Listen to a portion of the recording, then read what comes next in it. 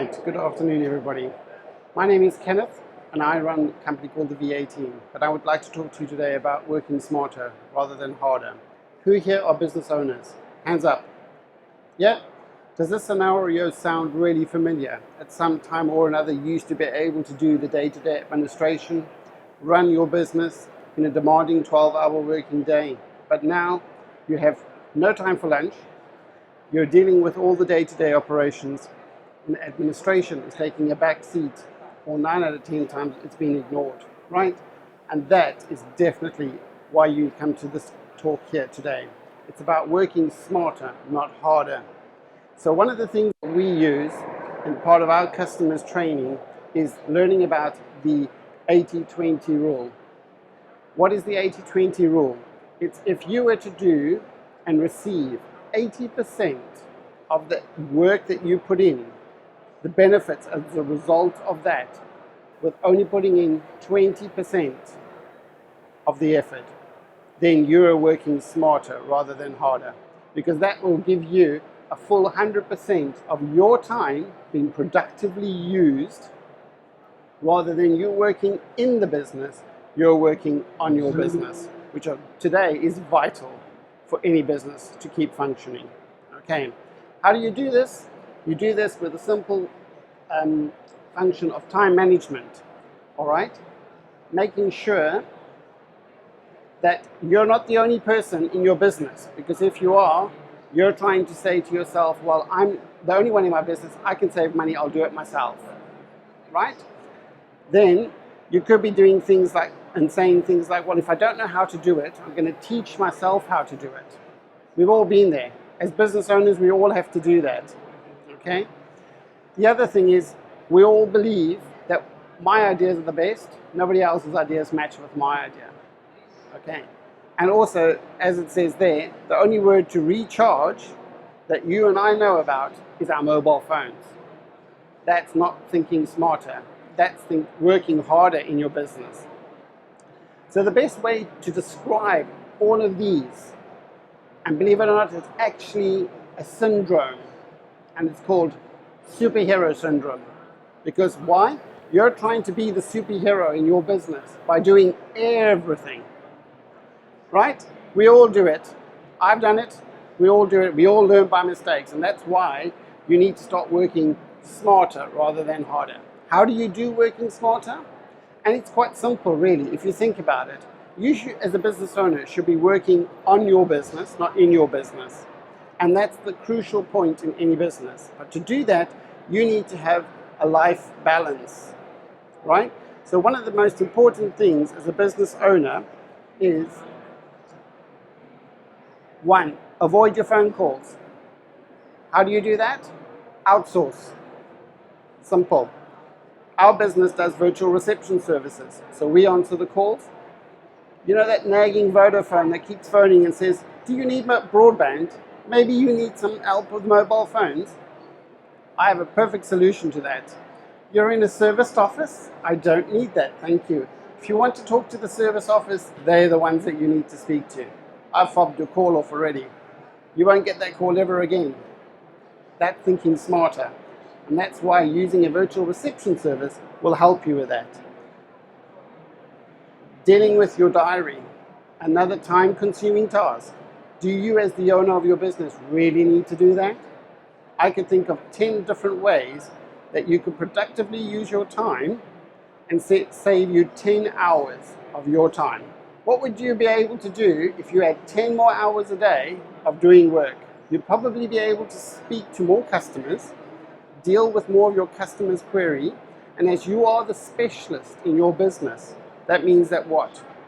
You will make more money. And we're all in it for the money, because that's the bottom line. The businesses must make money to be profitable. If you think about one of the scenarios that I'm going to use is a podiatrist. What is the podiatrist doing? A podiatrist works on people's feet every day. That is their bread and butter. But if they're answering calls, they can't be doing that. If they're booking in customers in their diaries, they can't be doing that. And then, on between all of that, you've got that dreaded thing to say, you've got email. Then you've got to deal with the emails as well. And that's all adding up to working on your business. It's never going to happen unless you start managing that time better. Because remember, as a business owner, we wear all the hats in the business. And that shouldn't be necessarily a burden or a chain around our ankles where we have to then stay sort of seated at our desk all the time. As business owners, we should be in front of the desk rather than the back of the desk. So, what you need to do is, first of all, stop wasting your time. Okay? And the best way to do this, and then you have to turn around and say to yourself, okay, well, I know I have to work on my business, but it's easier said than done. It is easier said than done, true. But one of the things that you need to do is you need to start identifying things that you do not have to do. Okay? And we have a solution to that. We at the VA team have discovery calls with our customers, and we create the list to business freedom. It's a very simple step. First of all, things that I should be doing as the business owner. All right? So you just draw columns and you create the little headings. What are the things that I cannot do? And what are the things as the business owner should I be doing? Okay. Now, I thought, well, I'll make it simple as well. I'll give you a couple of examples. I'm going to say, as the business owner, if you're running a business, should you be answering the phone calls? Just a thought. Could somebody else be doing that for you? Could somebody else be benefiting or helping you by fielding those leads for you? All right? And that is the best way, is by getting someone outside your business to do that. Because we don't necessarily have that necessary requirement to always speak to the customer about all the services. We can narrow the services down, narrow everything down so that we don't have to worry about that. And we can say, all right, here we go. This is the customer. They genuinely want to speak to you about X, Y, Z. Okay? Another thing is answering repetitive inquiries. Who gets phone calls every so often? Tell me about your service. How much does it cost? How does it work? Things like that. Your reception team could answer that. An outsourced reception team could help you with that and then field out those leads and say, right, this is a genuine person. If you look at one of our customers is a Venetian plasterer. One of the main things they ask of their customers is the starting price is £3,000. Can you afford that? If you can't, it's not going to help because their starting price is £3,000. So they have employed us to help them manage that and making sure that the calls that they get are hot leads rather than cold leads. Okay? So another very good idea is setting up meetings and Zoom calls, isn't it? Without that, we cannot see our customers. We cannot meet our customers. Without that, there's no business. So if we can help you with that, that makes us helping you take the workload off. And what does that mean? You get to see more customers. And again, more customers means that you get more money. More customers, you grow your business, isn't it? So those are the sort of things that you can be doing and you could potentially pass on to someone else. Now, the question is once you've passed those things on, what other things could you not be doing or should you not be doing? Maybe you've got something that you've got a problem with where, let's say, for example, you need reconciling of expenses. Do you really need to do that as a business owner? You could get one of your office team to do that. If you don't have an office team, hire someone outside. Now, things that you can't do in your business is maybe something like electronic invoicing. Maybe you have a tech phobia. Another thing is creating social media for art, or creating your artwork for your social media. Again, that could be something that you could outsource to someone, and again, freeing up your time so that you can see more customers and work with more customers. Another one is posting on social media. Hire a social media manager. You don't need to do that. Get someone else to do it for you. And then you're starting to now already work smarter in your business and less harder. Now, I say for you, okay, well, all of these things will give you 10 hours free time. What are you going to do with those 10 hours? Well, providing services to your customers is what you're going to be doing. You're the specialist. I cannot necessarily do what you can do, but you can. So you need to make sure that you're working for your business as smartly and as wisely as possible. And that is why you've now started to create your list of business freedom. You've categorized the work that you could be doing or should be doing and things that you shouldn't be doing. Another task, for example, would be handling the leads, dealing with those customers that are coming in. Now we've spoken to some of the people, we've got the deal, we've got the information, we know what they want. We then pass you the details. You then in turn go and talk to them. That is what you should be doing. All of this will help you work smarter and in your business. Working smarter in your business rather than working harder means that you are going to work on the 80-20 rule, because you're going to produce, I'll put it here, 20% of this effort here will give you 80% of your income.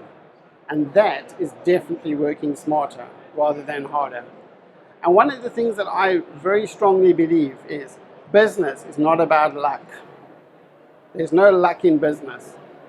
It's genuinely hard work. But you can categorize what you need to do as the owner of the business, and you also need to think smart and say, right, do I really need to do something like that? Could someone else help me? And as a small business, you are always faced with a challenge of, can I afford it? The question you should be asking is, can you afford not to have an additional 10 hours in your day to see your customers? Because if you had 10 more hours, what would you be able to do? Bring in an extra deal, develop a new product, come up with a structure on how you can implement your customers coming on board. That is already starting to think smarter. You're then still working, but you're working to the right amount of your 20%.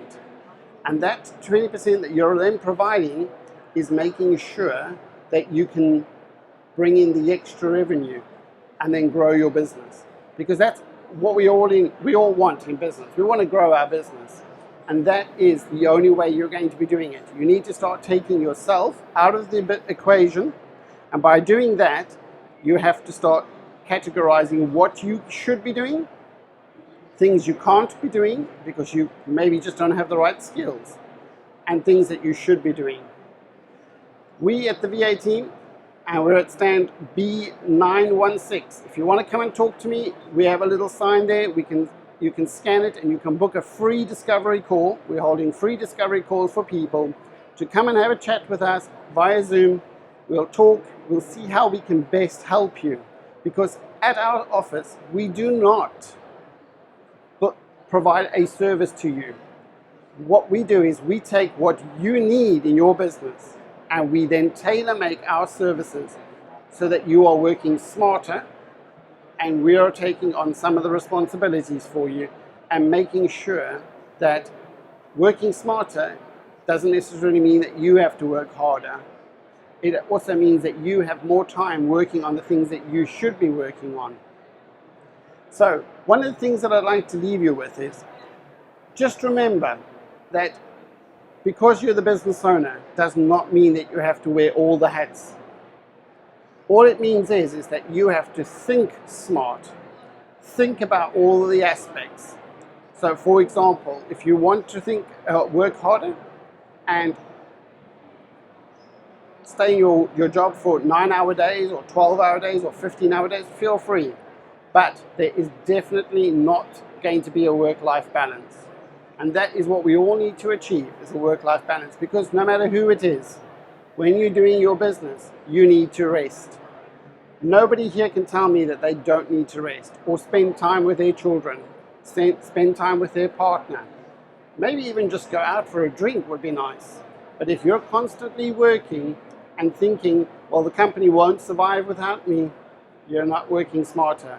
You're working in your business rather than than on your business. So I'd like to leave you with a thought. If there's any conversation that you'd like to have, come and visit our stand. We're welcome to book a free discovery call. But I'm just going to leave you with a last final thought about, if this is you, then maybe you need to consider coming to visit our stand, where we offer virtual assistant and call answering service providing, and we can help you get out from under all the paperwork and help you get to in front of your desk where you need to see. After the video, I will open the floor to any questions if you have any questions. Okay.